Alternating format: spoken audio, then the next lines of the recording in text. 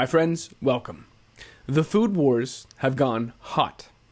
Very hot. And by that, I don't just mean the spontaneous combustion of farms and poultry operations and food warehouses and grain elevators and sugar refineries and distribution centers and meatpacking facilities and the port of Beirut and so on and so forth.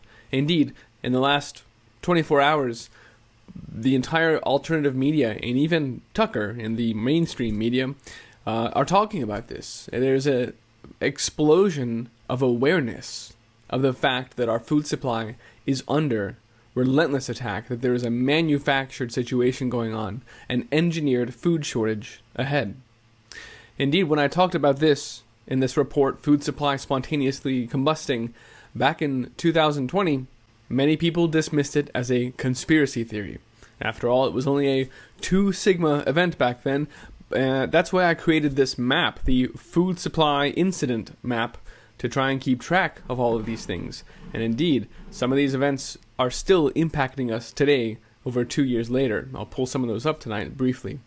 But now that it's a 3 sigma event, meaning off the charts, nearly impossible statistically, from an actuary standpoint, no rational person would conclude that there is not something going on, that these are not deliberate attacks on our food supply, not to mention the fact that there are people at work who have the means, motive, and opportunity to damage our food supply in order to take control over it. Everyone is finally getting the picture. Now, all of these explosions don't even mention the fact that there are hundreds of millions of chickens being killed in the name of PCR tests for a bird flu that no one can prove exists, or the fact that Union Pacific has cut off shipments of fertilizer, or any of the other terrible policy decisions that have limited agriculture's ability to produce food that we've talked about here on the Ice Age Farmer channel. And indeed, the FBI just today warned that even more attacks would be coming to food production, now in the form of the cyber pandemic that Klaus Schwab promised, with ransomware attacks upon grain elevators and other facilities that would cripple production during the critical planting and harvest seasons. And we'll talk about that too, but again, we are under attack, and everyone knows it now. And so the question is, how do we respond? And in that regard, and I think most important tonight, we've just seen what could easily be dismissed as one chicken farmer somewhere doing something crazy, but what in my view is a seismic shift in the awareness of this food attack on our planet. And that is this: the chicken sale heard round the world. When the state of New York, like 28 other states, and other nations for that matter, announced a ban on the sale of live birds, Clucking Ridge Farms responded, No, we will not comply. Their reasoning is quite simple. We cannot run our farm without selling our poultry. That's what we do. What you're talking about as biosecurity precautions actually translates in reality to shut down your operation, and we will not do that. Now, this is a major milestone. It marks, in my view, the first divergence from the mainstream food supply, which is being taken over by the technocrats and reshaped, and in emerging what they will call black market of food. People who will not comply with this takeover. Because feeding your family is a basic human right. Raising animals, whether for meat or for manure to feed your garden, is a basic human right. These are inalienable rights. You cannot sell them, though they are certainly trying.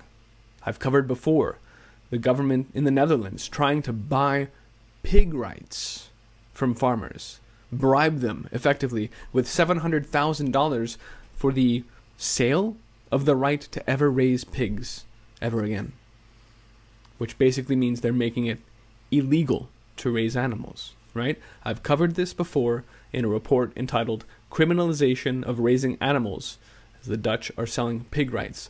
But again, this is expected, and even last week we saw the World Economic Forum come together to talk more about how we're going to reshape agricultural systems, create zero emissions food systems, which of course means a zero animal economy. That's why they also call it a post-animal economy. And now we are witnessing them execute on that agenda through these contrived bird flu scams and pig rights, all of these things. Just like the warehouse fires that everyone is talking about right now are abundantly clearly a takeover of human food production. And I think now everyone sees it, which also means now they're going into hyperdrive. And so now we all must work together to reboot a decentralized, regenerative food system. And that's where we are now, folks. Welcome. I'm Christian, and this is the Ice Age Farmer broadcast. The FBI is putting the ag industry on alert to watch out for cyber criminals. The agency warning that potential ransomware attacks could impact farmers and ag cooperatives during planting and harvesting seasons. Now, they say cyber actors may perceive cooperatives as lucrative targets with a willingness to pay due to the time-sensitive role they play in agricultural production. The FBI says 6 grain companies were targeted last fall, and 2 others have already been attacked this year. In a public advisory, federal officials say a significant disruption of grain production could impact the entire food chain. Now, he tells me hackers are generally opportunistic.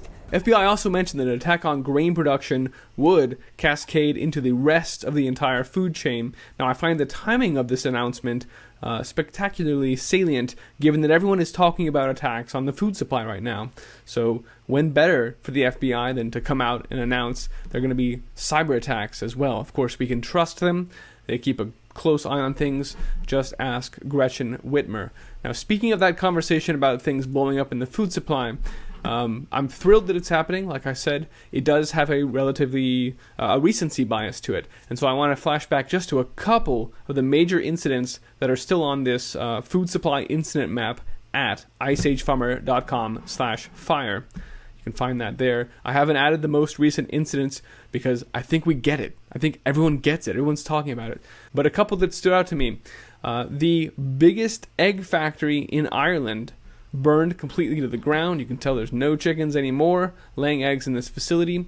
This was in October in 2020, and it processed several million eggs per day for all of UK and Ireland, where we are now hearing about egg shortages. Right? So these are lasting, impactful events, and that's why I'm bringing them back up today, and to illustrate that this has been going on for some time. This that everyone's talking about now.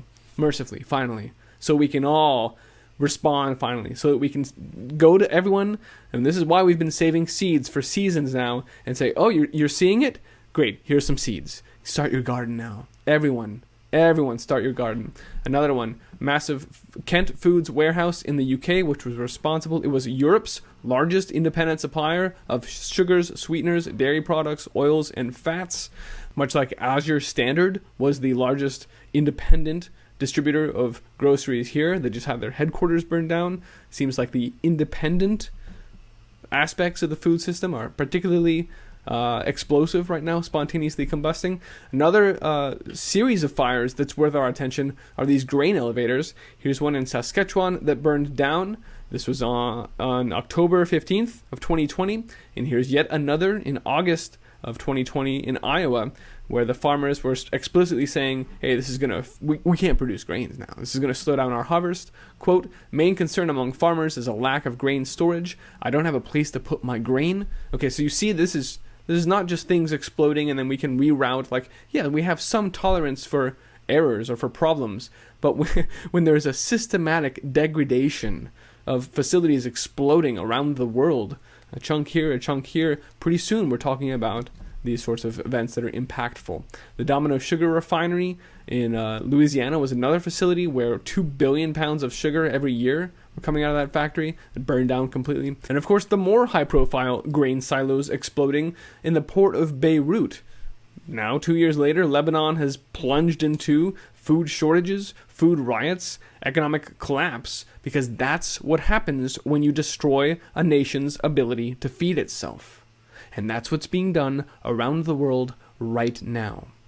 We should also step back and remind ourselves, among all these conversations about things exploding, that these explosions are happening against the backdrop of a food crisis already, where multiple nations in Europe have stopped their exports of grains, the most recent being Kazakhstan, again a net exporter, stopping their exports, leaving the net importers high and dry without a place to find food.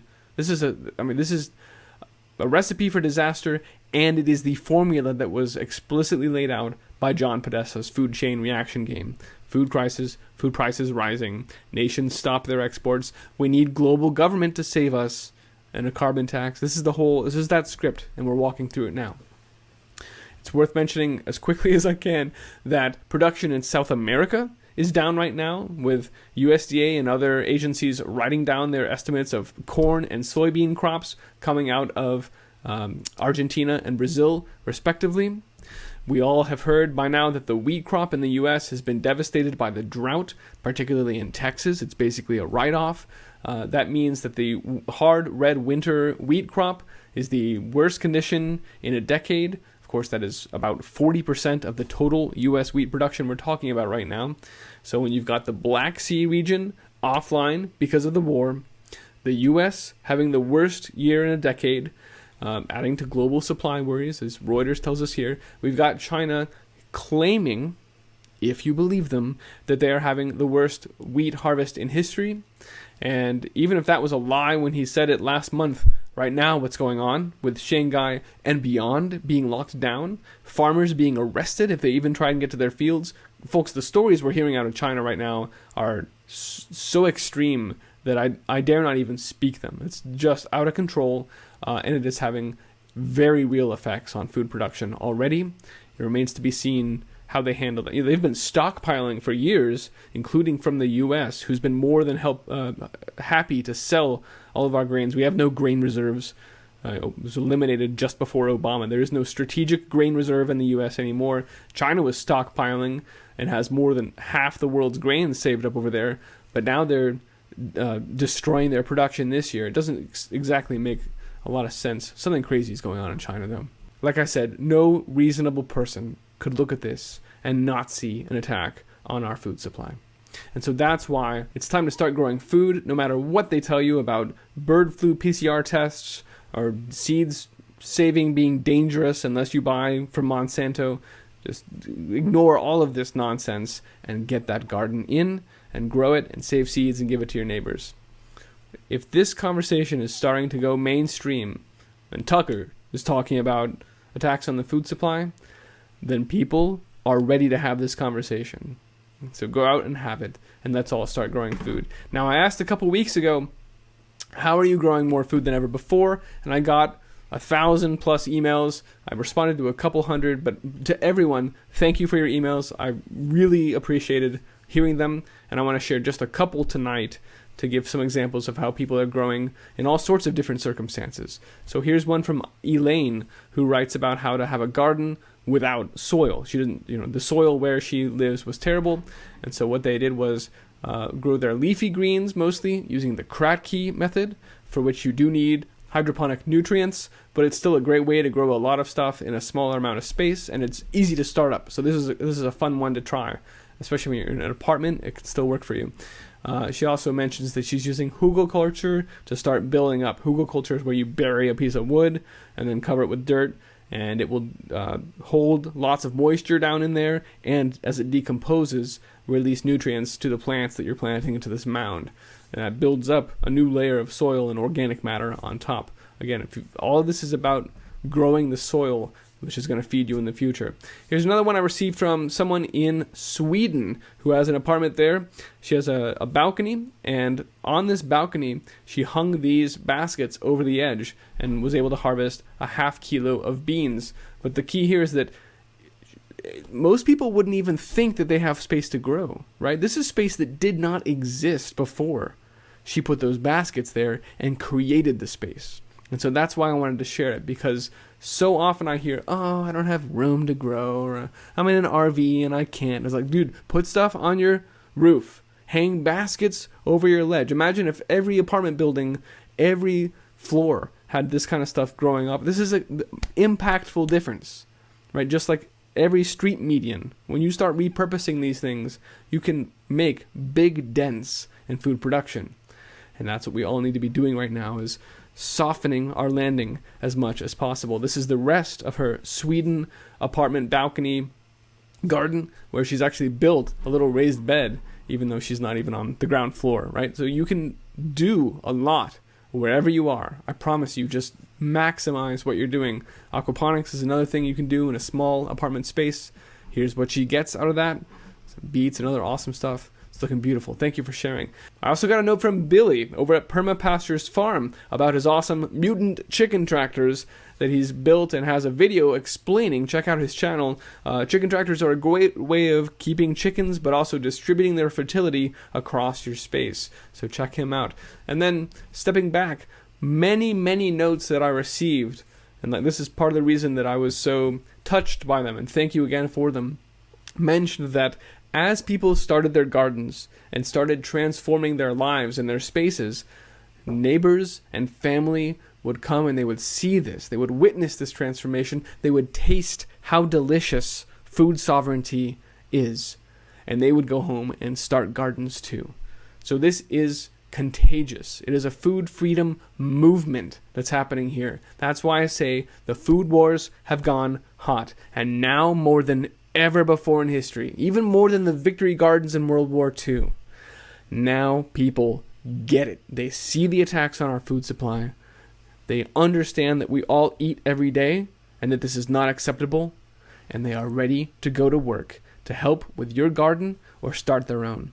So go have those conversations and grow as much food as you can this season and raise as many animals as you can sanely keep and spread the word. Thanks for watching, folks. You can find this report and all my reports on iceagefarmer.com. Many of my reports are no longer on YouTube, so you must go there or even to bitshoot.com/iceagefarmer to find the years now worth of videos about other attacks to our food supply and why they're doing it, which is also very important. The great transformation of food, this desire to disconnect people from cultivation, which is part of the transhumanist movement. Disconnecting us from food is a very primal thing. Again, years worth of research on what's going on at iceagefarmer.com, so check it out. Thanks for watching, folks. The food war has begun. Whose side are you on?